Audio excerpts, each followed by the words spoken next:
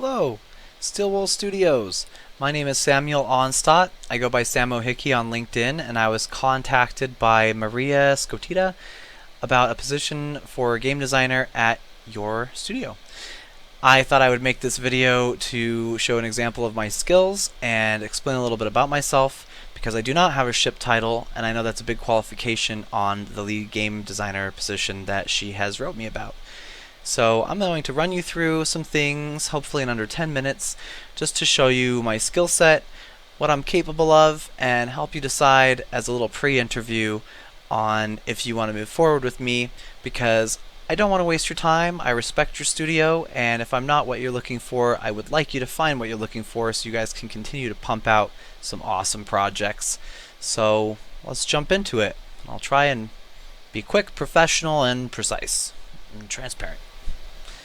Okay, let's start where I think good development starts with, which is with organization. I work solo, so I have set up files in a way that I'm comfortable with. This is my main folder, and in here I broke it down into little subsections without trying to get too specific. Master files are files I use for pretty much everything in my game. I made a palette for my game as an artistic sense to try and keep everything in the same color and keep it just a consistent feeling throughout the game. And this is also what I use for my UVs. So in my little palette here, I have created a specific set of colors that kind of works throughout things from metal, water, everything you can think of. And this is the rework of it, which I actually use for my UV maps.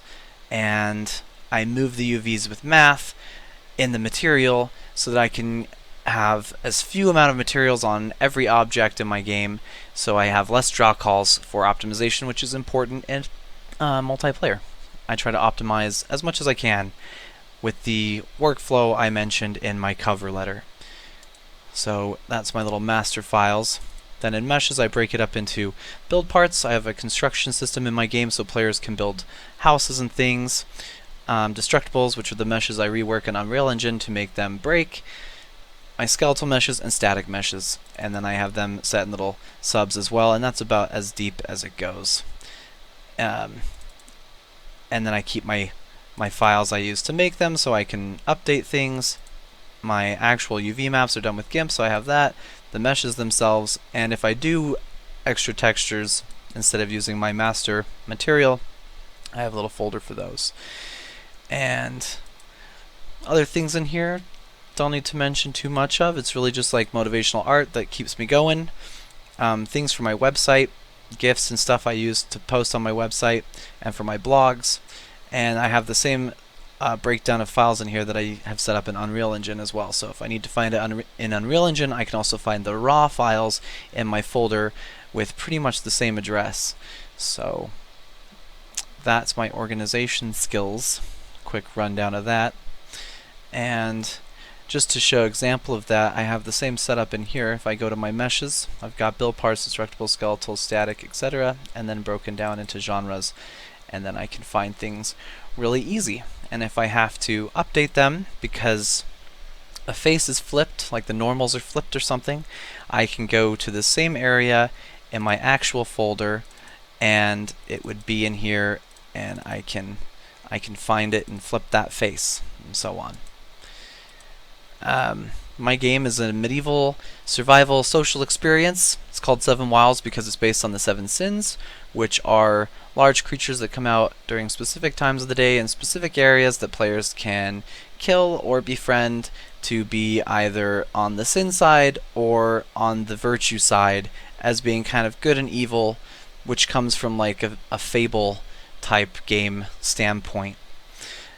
I work alone, so I do all the models, all the animations, everything like that on my own, which has helped me to learn pipelines for kind of everything in game development, and the entire project is replicated, so it's all multiplayer, which I can show an example of here, but it also is in my package project. My wife and I play test it together sometimes from her computer to mine. But you know, this is always the easiest way to show it. So here's a little sample that it is replicated on there. Animations and whatnot. Compass. My vitals systems. My sister helped me with the concept art for the vitals on the bottom left. The spine is stamina. Drains as I run. Stomach is hunger. The little speech bubble looking one is a bladder for thirst. I have a heart for when you're bleeding. The skull is fatigue, when you've done a lot of tasks that day and you get tired, kind of like in Stardew Valley. And the brain is sanity. So if you go into like a dark cave or something like that without a torch, it makes your character nervous, your sanity starts to go down, which then brings your fatigue down, which then can make you pass out. And those are all systems I have working and have done all on my own. There are two things I use from the marketplace as a solo developer to make the project faster, which I've built from scratch in previous projects when I used UDK and an early Unreal Engine 4, and then after many headaches I just caved and decided to buy some to help me out, which is a Sky system and Survival Game Kit, which has a lot of really good base stuff to help you with replication. Inventory and stuff like that, taking damage and stuff all replicated, which I then built on. So I'm already 5 minutes in. I'm going to try and show you some more things, and then if you've got questions, we'll go there.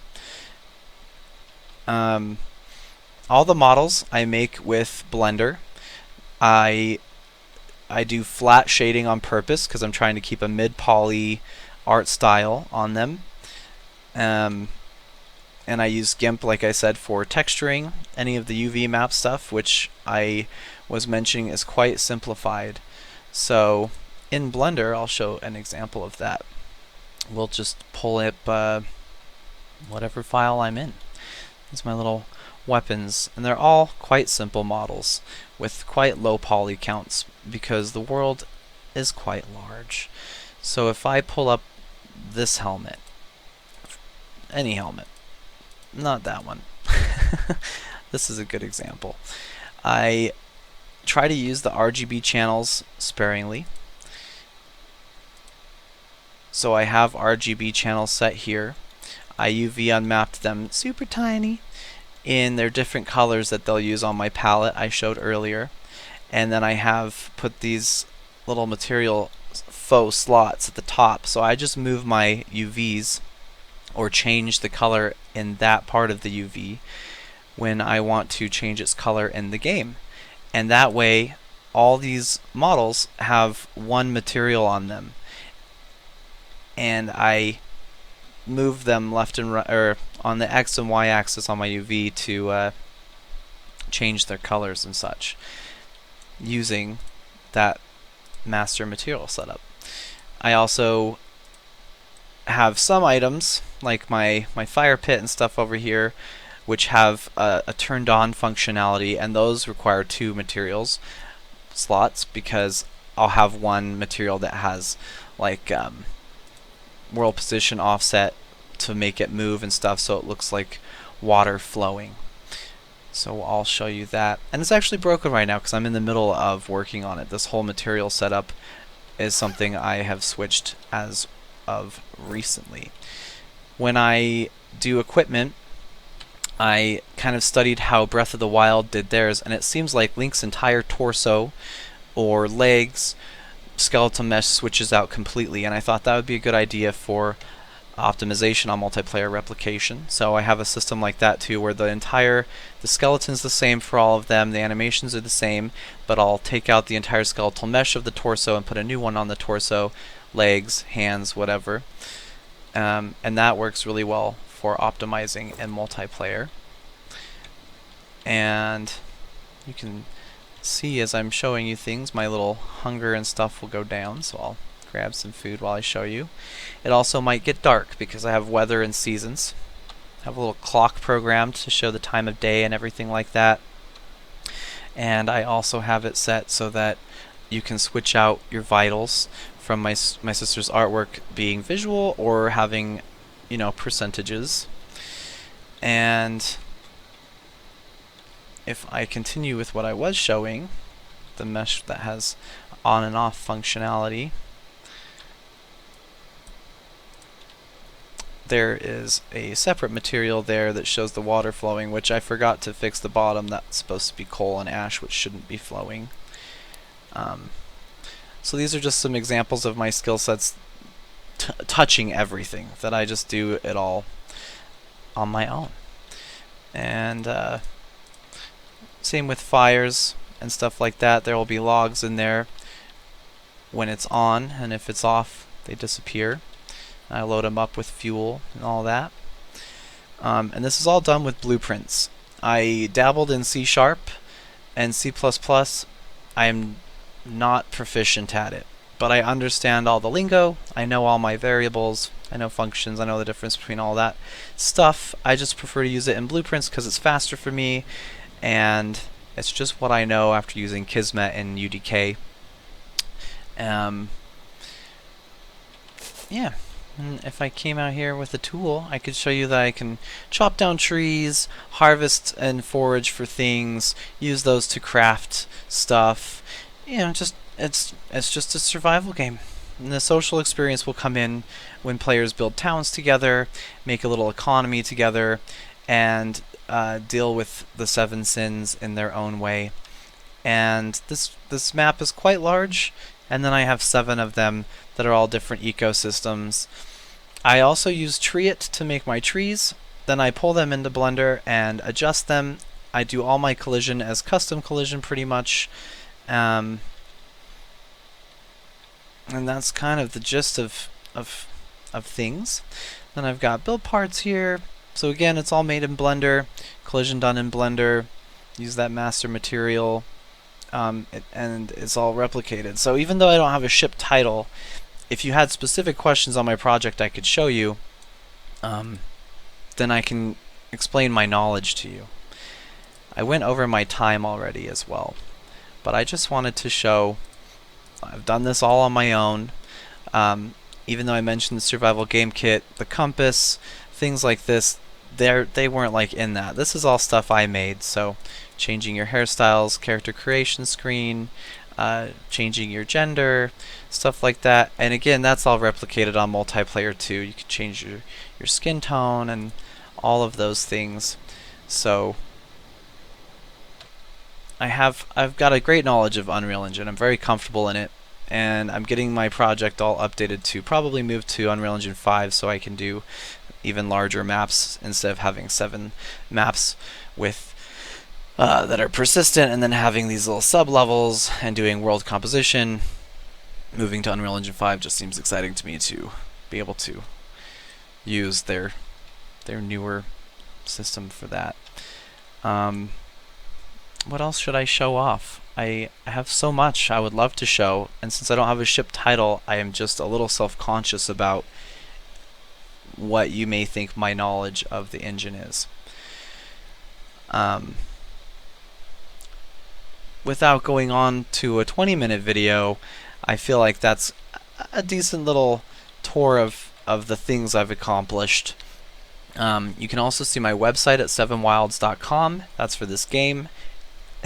And my social media, Instagram /7wilds and YouTube /7wilds, where I've done like time lapses of me modeling and monthly game update videos and stuff. But as of late, they're out of date because I am also a bartender. My wife and I work at a restaurant together. We have for almost 5 years, and it was the ski season. I live here in Utah. I'm in Sandy, Utah, which is pretty close to the mountains, and ski seasons are a busy time, so everything gets kind of outdated on my game posts when I'm working a lot at the bar. But now I'll be doing more, and if I was able to get a full-time position with you guys, then that wouldn't be a problem, and I'd be very consistent. Socially, speaking of the bar experience, though, I have great social skills, I believe. I get along with people very well, and I'm going to change the camera to be a bit bigger for this last part. Okay. I worked in the medical field since I was 19. My father is a nurse in the operating room, and it kind of got me into it. So I became a clinical laboratory assistant after getting my phlebotomy certification, and I really wanted to help out in whatever way I could. So for 5 years at Primary Children's, I worked in the lab, working with everything you could imagine that could come from the body, and that requires great communication because people's lives depend on it. So I had excellent communication with my team in the laboratory, the different scientists, doctors, everything about patient care, making sure that results were accurate, timely, and helped the patient in whatever they were dealing with.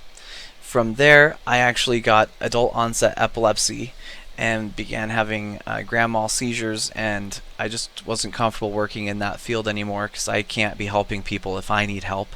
So I started working in the food industry and doing some odd jobs in between there, and my wife is who got me the job at the restaurant I work at now called Spitz.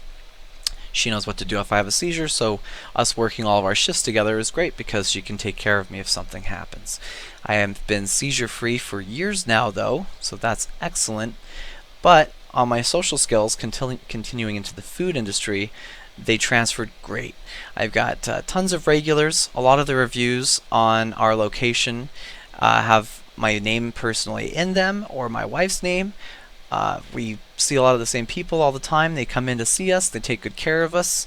And in the food industry, it's fast-paced. Communication is super important in that too. People come in hungry and mad. They leave happy and full, hopefully. But it requires you to be on your game all the time. And I think that would transfer well into a game development setting because that communication is important in every aspect of your life. Being open and honest with people, telling them test results in a laboratory all the way to why their food is coming out late because I have a new cook. It's just standing your ground, taking responsibility, and being open and honest with people. And in game development, I think that's just as important because if you have a mistake that could set you back months in development and gets missed, some kind of code that's messed up, or something's not replicating correctly, or your aim offsets aren't working in multiplayer but they work in single player, or little things, and you're not communicating that with your team, it's really easy, I've learned with game development, to have that stuff stack up quick. And next thing you know, you're not developing so much as repairing all the time, which is part of development. But if I had a team working on this project with me, which I've had some friends that are interested, but mostly this was a learning experience for me and I wanted to work alone. I have worked with some other people before, and the communication is 100%. When you're working on something artistic, it's so easy to get so passionate, the arguments can come up about different visions. And having good communication with people in those scenarios is 100% because you need to express why that vision is important. You need to express what the motivation is, where you're coming from, and hear them out as well, because that's also communication. It goes both ways. You got to hear where they're coming from, and then how to tackle the problem together and either meet halfway with a compromise or be converted to why their opinion's better. And there's nothing that can get a singular task done better than being on the same page with everybody. So I'm good at that. I think I do well with that.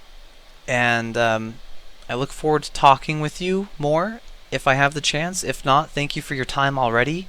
I appreciate you reading my resume and my cover letter and maybe watching this video if you had the time. I wish I could show you more. I just don't know what you want to see, but I'm more than willing to show. So, Stillwell Studios, thank you so much for your time. I think even being talked to about the opportunity is awesome. And all the best to you and your team. Thanks so much. Bye.